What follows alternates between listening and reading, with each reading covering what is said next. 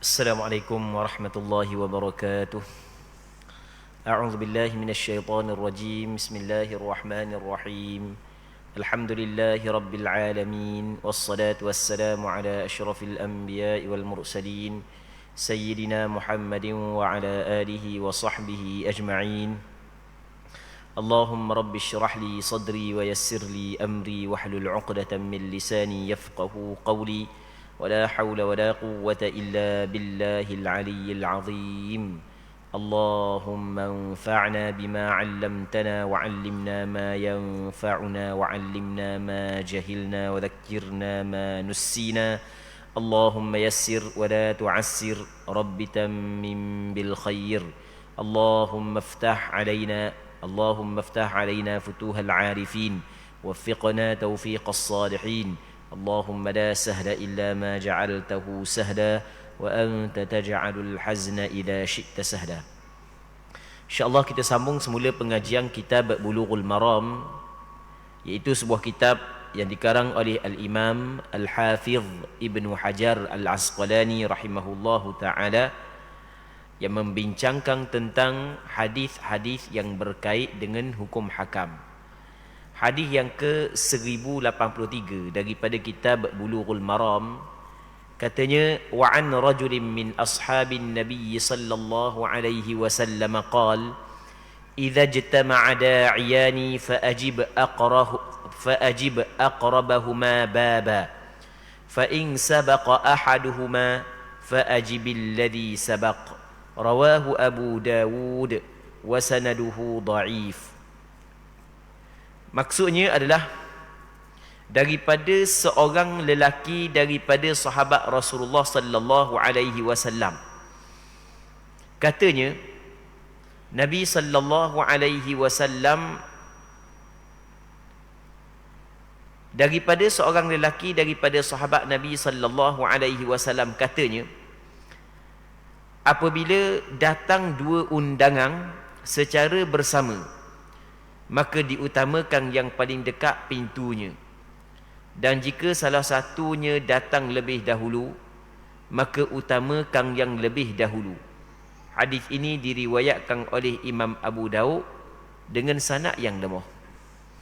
Muslimin muslimat yang dirahmati oleh Allah Subhanahu wa taala, pada minggu lepas kita cerita dah hukum kita datang ataupun hukum kita menerima jemputan ke walimatul urs. Jadi apabila ada orang buat jamuan perkahwinan, tiba-tiba dia jemput kita, apabila cukup syarat-syaratnya, maka wajib kita hadir. Kalau kita tidak hadir, maka hukum dia adalah berdosa, hukum dia adalah haram.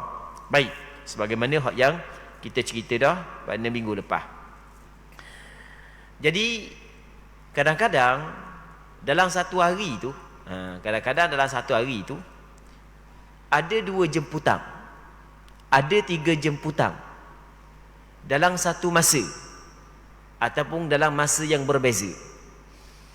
Kalau ada dua jemputan, tiga jemputan, empat jemputan, kalau kita mampu pergi belaka, maka wajib kita pergi belaka. Kalau mampu pergi belaka lah, wajib kita kena pergi belaka. Contoh, jemputan yang pertama kampung sebelah, jemputan yang kedua dalam kampung kita, jemputan yang ketiga kampung bira kampung hak sebelah nu pula. Jadi kalau pak tepat pun, oleh kerana kampung kita dengan kampung sebelah bukan jauh, lepas tu jamuan perkahwinan pula dibuat start daripada pukul 11 sampai pukul 5 petang. Jadi dang kalau kita pergi belaka, maka ketika tu wajib kita kena pergi belaka. Baik, ini yang pertama. Yang keduanya, kita kata contoh zaman kita lah, ada dua jemputan tempat yang jauh. Hak yang ni sebelah, kita kata benda sebelah ke Pahang, hak ni sebelah Kelantan. Jadi hak jemputan yang pertama ni ke Mamang, jemputan yang kedua Jeretih. Jadi kita tengok dalam Kad jemputan tu start daripada pukul 12 sampai pukul 4.30 je. Kalau kita pergi hok ke Mamang, maka tak lihat kita nak pergi hok Jeretih. Kalau kita pergi hok Jeretih, tak boleh lah kita nak pergi hok ke Mamang.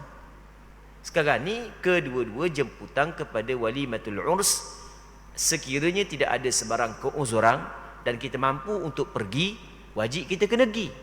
Dah nak pergi hok mana sekarang ni? Hok ke Mamang ke hok Jeretih? Di sini ada dibincang oleh ulama. Kalau kita tengok dalam hadis ni, walaupun hadis ni adalah hadis dhaif, tapi ulama melihat kepada apa yang disebut dalam hadis ini memang bertepatan dengan sandaran-sandaran dalil yang lain. Apa yang disebut dalam hadis ni adalah kita kena mendahulukan orang yang mula jemput kita. Kita kena mendahulukan orang yang mula jemput kita. Siapa hak yang di antara dua orang hak yang jemput kita jauh-jauh saat ni tu, hak mula jemput kita? Hak ni jemput 1 hari bulan, hak ni jemput 5 hari bulan. Maka kita mendahulukan hak yang mula jemput kita. Baik, tu cara dia, tu adab dia. Ni benda hak yang penting. Kita hak ni jemput kita, hak ni jemput kita, cukup syarat kita pergi. Nak pergi dua-dua tak ada masa. Baik, pergi satu, maka kena tinggal hak satu lagi. Bagaimanakah cara yang perlu kita kena buat? Memang orang hak yang tidak ambil tahu tentang hukum, tentang adab yang ditekankan oleh agama, maka dia akan buat keputusan mengikut nafsu dia. Berbeza dengan orang hak yang ingin setiap tindak tanduk dia bertepatan dengan agama. Orang hak yang setiap tindak tanduk dia ingin bertepatan dengan agama, dalam hal-hal yang seperti hak yang kita katakan bawah saat itu, dia nak cari bagaimanakah penyelesaian pada sudut pandangan agama. Baik, penyelesaian dia kita kena tengok siapa hak yang mula jemput kita. Kerana orang hak yang mula jemput kita, dia lebih berhak berbanding dengan orang hak yang kediang jemput kita. Baik, kalau jemput hak yang pertama dengan hak yang kedua sama dalam waktu yang sama, warna dalam waktu sama, kita akan buat contoh, dia jemput dalam WhatsApp. Ni kita buat contoh lah, kita buat contoh saja. Kita tengok hak yang pertama masuk pada jam sekian, hak kedua pun masuk pada jam sekian, sama. Maka mana hak yang perlu kita kena dahulukan? Dalam hadis ni menyebut hak yang mana lebih dekat rumah dia dengan rumah kita. Sebab apa? Sebab hak jiran. Kan hak jiran lebih dekat dengan kita, lebih banyak hak dia berbanding dengan hak jiran hak yang jauh daripada kita. Maka kita tengok mana hak yang lebih dekat dengan kita. Okey, ni cara untuk kita menyelesaikan permasalahan hak yang kita cerita saat ni mengikut pandangan syarak sebagaimana hak yang difahami oleh ulama-ulama fiqh. Kemudian hadis berikutnya, wa an Abi Juhaifah radhiyallahu anhu qala Rasulullah sallallahu alaihi wasallam la akulu muttaki'a, rawahu al-Bukhari. Daripada Abi Juhaifah radhiyallahu anhu telah menceritakan bahawa Rasulullah sallallahu alaihi wasallam pernah bersabda, aku tidak pernah makan sambil duduk bersandar. Hadis ini diriwayat oleh Imam Bukhari dalam kitab sahih beliau. Baik, sebelum ni kita cerita tentang melakukan walimatul urs, jamuan perkahwinan. Apakah hukum dia? Dan sebelum daripada ni kita cerita berdasarkan kepada hadis tentang hukum menghadiri walimatul urs apabila dijemput. Baik, 2. Yang ketiganya, kita pernah cerita sebelum daripada ni, apabila kita hadir, apakah wajib kita makan ataupun hanya sekadar wajib hadir saja, juga kita bincang dah sebelum daripada ni. Jadi oleh kerana majlis walimatul urs melibatkan makan, sedangkan dalam agama Islam antara benda yang ditekankan adalah adab-adab ketika makan, maka Syekh Ibn Hajar Al-Asqalani dalam bab ni menceritakan sedikit adab yang berkait dengan makan. Dalam bab makan ada adab yang ditetapkan di dalam agama Islam. Dalam hadis ni Rasulullah sallallahu alaihi wasallam menyebut bahawasanya aku tidak makan sambil bertungkak. Makanan ada depan, duduk nyenggeng, contoh ni tukak, duduk nyenggeng makan. Ataupun duduk nyandok. Sebenarnya bab ataupun perkataan Rasulullah aku tidak makan dalam keadaan bertungkak lagu ni hadis ni ada beberapa penafsiran. Antara penafsiran duduk gitulah, makanan penuh duduk depan, buah macam ke orang-orang hak yang tertentu. Jadi apabila letak makanan depan banyak, pakat duduk baring belaka, letak batal pula, ambil makan. Rasul kata aku tidak makan dengan cara begitu. Maka apabila Rasul kata aku tidak makan dalam keadaan begitu, maka ulama bincang apakah hukum kalau kita makan dalam keadaan kita nyandar. Macam hak yang kita cerita contoh, hak yang kita buat contoh saat ni tu. Baik. Ramai di kalangan ulama, termasuklah ulama mazhab Imam Syafi'i, mereka berpandangan bahawasanya makan sambil menyandar hukum dia adalah makruh. Hukum dia adalah makruh. Menyalahi sunnah dan petunjuk Nabi sallallahu alaihi wasallam. Rasulullah ketika menyatakan bahawasanya aku tidak makan dalam keadaan menyandar adalah Rasul nak kepada para sahabat dan umat dia mengikut apa hak yang Rasulullah sallallahu alaihi wasallam buat. Laqad kana lakum fi Rasulillahi uswatun hasanah. Sesungguhnya adalah bagi kamu pada Rasulullah sallallahu alaihi wasallam itu ikutan dan tauladan yang elok.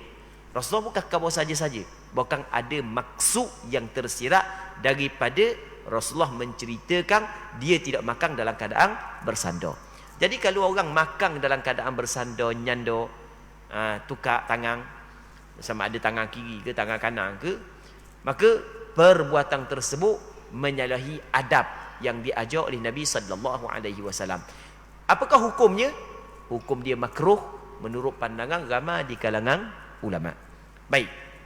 Muslimin muslimat yang dirahmati oleh Allah Subhanahu wa taala. Tapi kena ingatlah, hukum dia makruh ni pun sekiranya tidak ada sebarang keuzuran.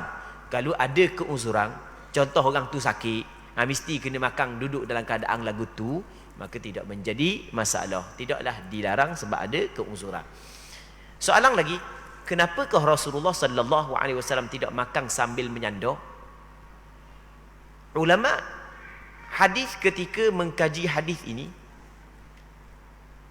ulama masing-masing mengeluarkan pandangan berdasarkan kepada dalil-dalil yang lain. Antara apa yang disebut oleh ulama, sebab Rasulullah sallallahu alaihi wasallam tidak makan dalam keadaan menyandar kerana cara tersebut adalah cara orang yang sombong. Cara tersebut adalah cara orang yang sombong.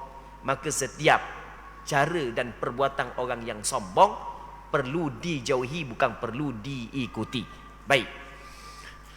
Muslimin muslimat yang dirahmati oleh Allah Subhanahu wa taala. Kemudian hadis berikutnya, wa an Umar bin Abi Salamah radhiyallahu anhu qala qala an-nabiy sallallahu alaihi wasallam ya ghulam sammillah wa kul bi yaminik wa kul mimma yalik, muttafaqun alaih. Daripada Umar bin Abi Salamah radhiyallahu anhu telah menceritakan bahawa Rasulullah sallallahu alaihi wasallam pernah bersabda kepadanya, wahai anak muda. Dia ghulam ni makna wahai budak. Dia terjemah wahai anak muda, sebenarnya terjemahan yang tepat wahai budak. Wahai budak, bacalah basmalah, bacalah bismillah. Makanlah dengan tangan kananmu dan makanlah makanan yang ada berdekatanmu. Hadis ini muttafaqun alaih, maksudnya dikeluarkan hadis ini oleh Imam Bukhari dan Imam Muslim di dalam kitab sahih bagi keduanya. Muslimin muslimat yang dirahmati oleh Allah Subhanahu wa taala. Rasulullah sallallahu alaihi wasallam berkahwin dengan Ummu Salamah setelah daripada kewafatan dan kematian Abu Salamah. Hak ni pernah kita cerita dah sebelum daripada ni. Antara isteri Nabi sallallahu alaihi wasallam adalah Ummu Salamah, yang mana nama dia adalah Hindun. Jadi Rasul berkahwin dengan Ummu Salamah. Ummu Salamah ni ramai anak. Antara anak dia adalah Umar bin Abi Salamah. Umar masa tu kecil lagi, budak. Umar masa tu, Umar bin Abi Salamah kecil, budak. Jadi siapa masa giliran Ummu Salamah, Rasul berada di rumah Ummu Salamah. Lepas tu Ummu Salamah hidang makanan. Jadi apabila hidang dalam satu bekas, jadi Rasul makan bersama dengan anak-anak tiri dia, makan dalam satu talang, dalam satu bekas. Baik, makan dalam dia dalam satu bekas, dalam satu talang. Baik. Dalam satu bekas besar lah, kita macam kita talang lah. Rasulullah, lepas tu anak tiri dia budak. Jadi tengok makanan, pakak lalu dah, ambil lalu dah. Dan Umar masa tu apabila makan, dia kuih belaka, kuih hak tu, kuih hak ni, hak depan dia, hak jauh daripada dia ambil belaka. Baik. Maka Rasulullah sallallahu alaihi wasallam didik anak tiri dia. Rasulullah sallallahu alaihi wasallam didik dengan adab yang mulia, adab Islam. Kata Nabi sallallahu alaihi wasallam yang pertama kepada Umar bin Abi Salamah, "Samillah", baca bismillah dulu. Tengok Rasul didik dia.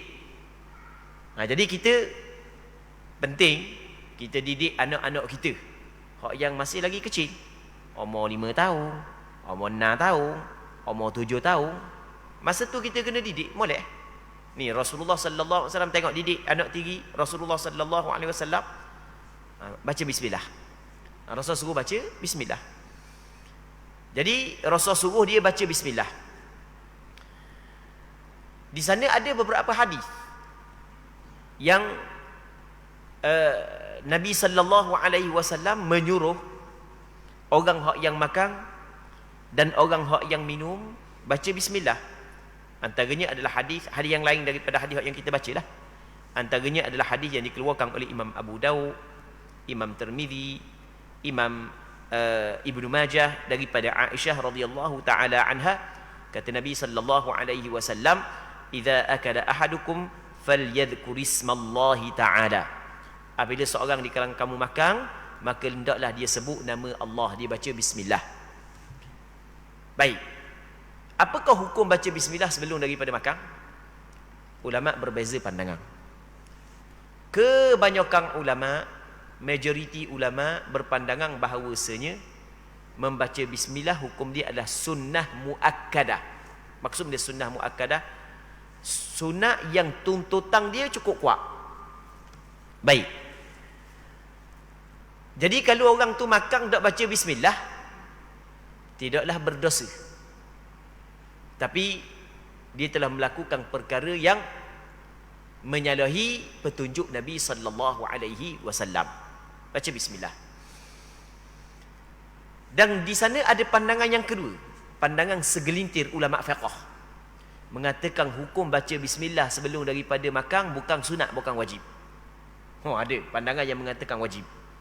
Jadi kalau khilaf di antara sunat dan wajib, maka bermakna pandangan yang mengatakan sunat adalah pandangan yang mengatakan sunat bukan sunat biasa, bukan sunat muakkadah, sunat yang kuat tuntutannya.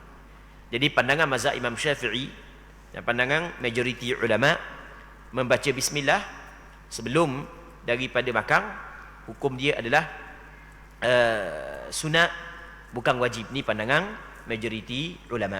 Pandangan majoriti ulama. Baik. Kita nak baca bismillah ni, adakah kena baca bismillahirrahmanirrahim ataupun cukup baca bismillah? Jawapannya cukup dengan ucapan bismillah. Bukan mesti bismillahirrahmanirrahim. Cukup bismillah, cukup dah. Tetapi kalau kita baca bismillahirrahmanirrahim, maka tu lebih comel mengikut pandangan sebahagian daripada ulama. Jadi sebelum daripada makan, sunnah muakkadah baca bismillah, cukup sekadar bismillah. Tapi kalau tambah ar-Rahman ar-Rahim, Sebagian ulama kata hak tu lebih lagi comel. Baik.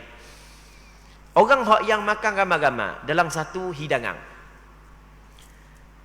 adakah tuntutan kepada setiap seorang baca bismillah ataupun hanya kepada seorang sahaja? Jawapannya tuntutan kepada setiap seorang. Mung sunat, aku sunat belaka ni. Cuma kalau sekiranya salah seorang daripada ramai-ramai tu baca bismillah, ni makan satu hidangan, ada seorang baca bismillah, hak lain tak baca bismillah, ada pandangan sebahagian daripada ulama mengatakan memadai dah. Memadai. Sebab benda memadai ni pandangan sebahagian ulama, kerana pandangan sebahagian ulama mengatakan kalau makan pada satu hidangan maka dikirakan sunat kifayah. Itu pandangan sebahagian daripada ulama. Jadi kalau kita makan satu hidangan, maka dituntut baca bismillah ke atas setiap seorang. Kita makan tapi kita dah ingat baca bismillah, sebab memang tu ajar lagu tu, makan tu dah ingat langsung. Kenyang baru ingat. Oh, nikmat ni baru ingat. Masa dak makan dah ingat. Dah makan baru ingat. Jadi orang hak yang dah ingat nak baca bismillah pada permulaan ataupun ditinggal baca bismillah pada permulaan, dituntut dia membaca bismillah pada pertengahan dia makan dengan ucapan bismillahi awwalahu wa akhirah ataupun bismillahi fi awwalihi wa akhirih. Kerana di sana ada hadis yang diriwayat oleh Imam Abu Dawud, Imam Tirmizi, Imam Ibnu Majah daripada Aisyah, kata Nabi sallallahu alaihi wasallam, fa in nasiya an yadhkura ismallahi ta'ala fi awwalihi falyaqul bismillahi awwalahu wa akhirah.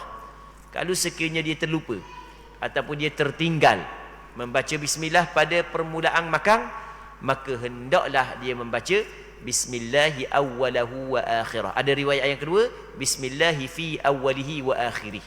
Boleh baca belaka, bismillahi awwalahu wa akhirah, bismillahi fi awwalihi wa akhirih. Bismillah ingat dah atau dah yang ngapa dah? Ngapa kena ngapa pula bismillah? Nyanyi lagu tu. Dah membayang wan. Bismillah tu tak perlu ngapa dah, ingat dah bismillah. Tambah awwalahu wa akhirah. Tambah hak tu je. Awwalahu maksud dia bismillah dengan nama Allah, awalau pada permulaannya, wa akhirahu dan pada penghujungnya. Pada asalnya disunat kita baca bismillah pada permulaan. Tapi oleh kerana kita terlupa, maka kita baca bismillah dengan nama Allah pada permulaannya dan pada penghujungnya. Bismillahi awwalahu wa akhirah ataupun bismillahi fi awwalihi wa akhirih. Boleh baca belaka dua-dua. Ada dua riwayat. Baik. Kemudian Rasul khabar kepada dia wa kul bi yaminik. Makanlah dengan tangan kananmu. Tengok Rasul suruh makan dengan tangan kanan. Hukum makan dengan tangan kanan adalah sunat. Hukum makan dengan tangan kanan adalah sunat. Baik. Makan dengan tangan kiri dilarang oleh Nabi sallallahu alaihi wasallam, hukum dia adalah makruh. Kata Nabi sallallahu alaihi wasallam dalam sebuah hadis, makanlah dengan tangan kananmu, jangan kamu makan dengan tangan kiri, kerana syaitan dia makan dengan tangan kiri. Fa inna syaitan ya'kulu bil yasar atau kama qal.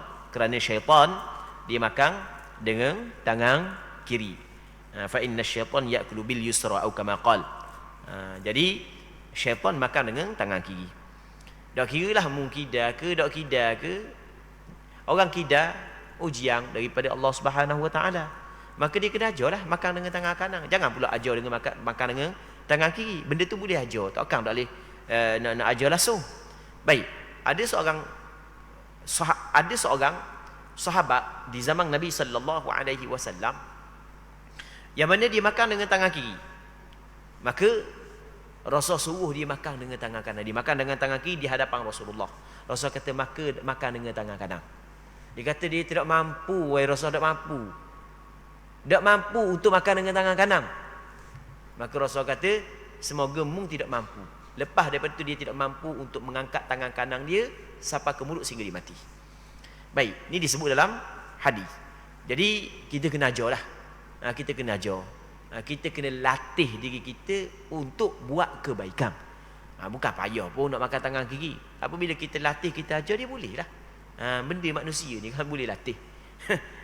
Baik, muslimin muslimat yang dirahmati oleh Allah Subhanahu wa taala. Itu yang kedua. Yang ketiganya, wakul mimma yalik, makan daripada apa hak yang berdekatan denganmu. Ni makan adalah satu talang. Jadi makan adalah satu talang, ada orang 2-3 orang sebagai contoh. Kita dok makan hak depan kita, pergi bahang hak depan orang. Mana orang? Allah. Kakak ni. Hak barang depan aku dia pergi makan. Dia ambil. Makan hak depan kita dululah. Makan hak yang berada di hadapan kita. Apa dok pergi bahang ganya hak yang depan orangnya. Baik. Tu adab ketika kita makan. Tapi jangan pula mu kena makan hak yang depanmu. Lepas tu tiba-tiba duduk dalam satu hidangan, hak depan kita kena sambal belacang. Hak depan kita. Hak ramai-ramai kata, makan hak depan weh.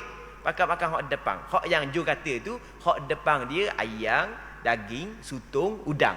Hak depan orang sambal belacang, budu, lada. Hak tu hak depan orang. Suruh makan hak depan weh, makan hak depan. Tu tak kena. Hak tu tak faham hadis gitu. Tu tak kena. Kawan hak depan ni kok jenis betul sodeknya bahang juga, cebok juga, lada suak dalam mulut. Berai habis mata. Tu tak kena cara lagu tu. Kita kena faham, makan barang hak yang di hadapanmu ketika kita makan benda dalam satu hidangan ramai-ramai. Jadi benda hak ada depanmu, hak depan orang benda sama, tak apa bergiranya depan orangnya. Begitu cara dia, tu adab dalam kita makan. Baik. Katanya wa ani ibn Abbas radhiyallahu anhuma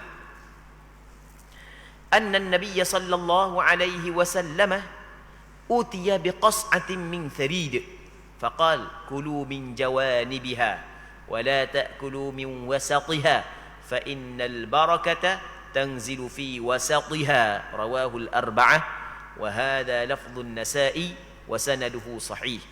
Daripada Abdullah bin Abbas radhiyallahu taala anhuma telah menceritakan bahawa pernah disajikan kepada Nabi sallallahu alaihi wasallam dengan semangkuk besar yang penuh berisikan bubur roti. Okey, ada satu mangkuk besar, lepas tu adalah bubur yang dicampur dengan roti-roti dalam. Lalu baginda sallallahu alaihi wasallam bersabda, makanlah bahagian yang ada di semua sisinya, makan hak yang ada depan, dan jangan kamu makan bahagian tengah. Jangan mula bahagian tengah, jangan. Sebab dia Rasul sebut ni, kerana sesungguhnya berkat makanan diturunkan di bahagian tengahnya. Jadi kalau tak ada tengah, maka kuranglah keberkatan. Baik.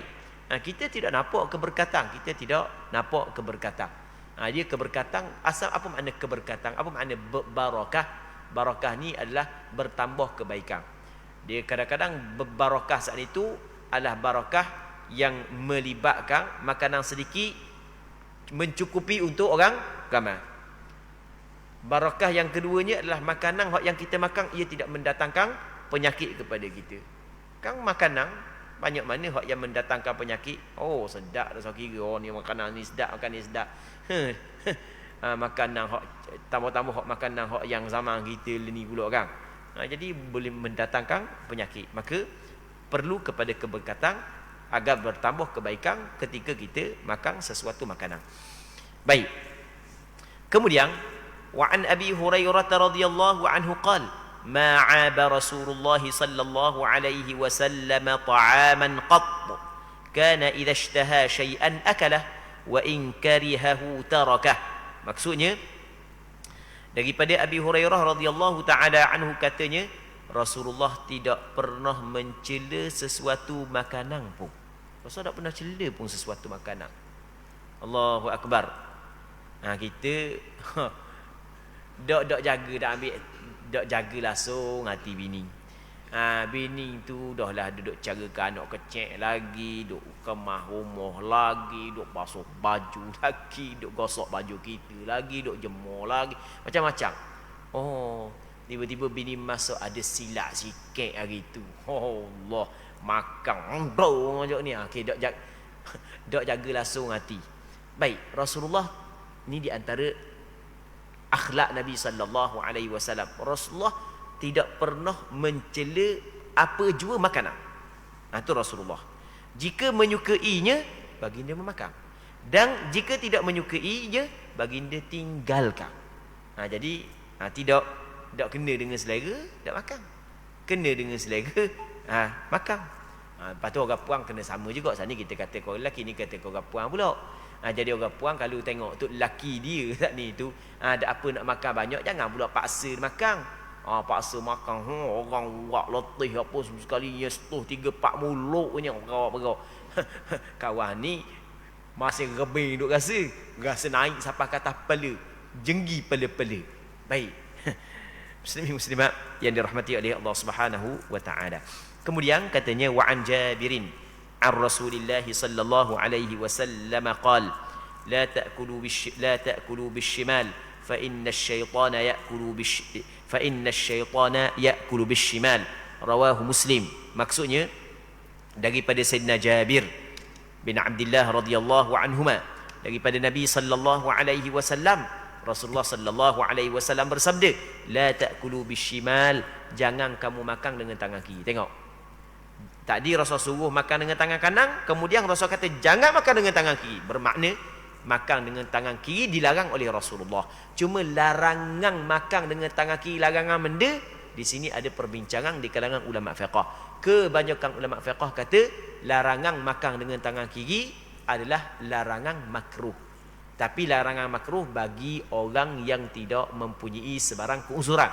Orang yang ada keuzuran, contoh orang yang memang lupuh tangan kanan dia, boleh guna tangan kiri dia saja berfungsi, ataupun memang orang tak ada tangan kanan, tangan kiri dia berfungsi, maka waktu tidak menjadi masalah. Orang yang ada tangan kanan, tangan kiri boleh buat belaka, maka dia jangan makan tangan kiri. Rasul larang.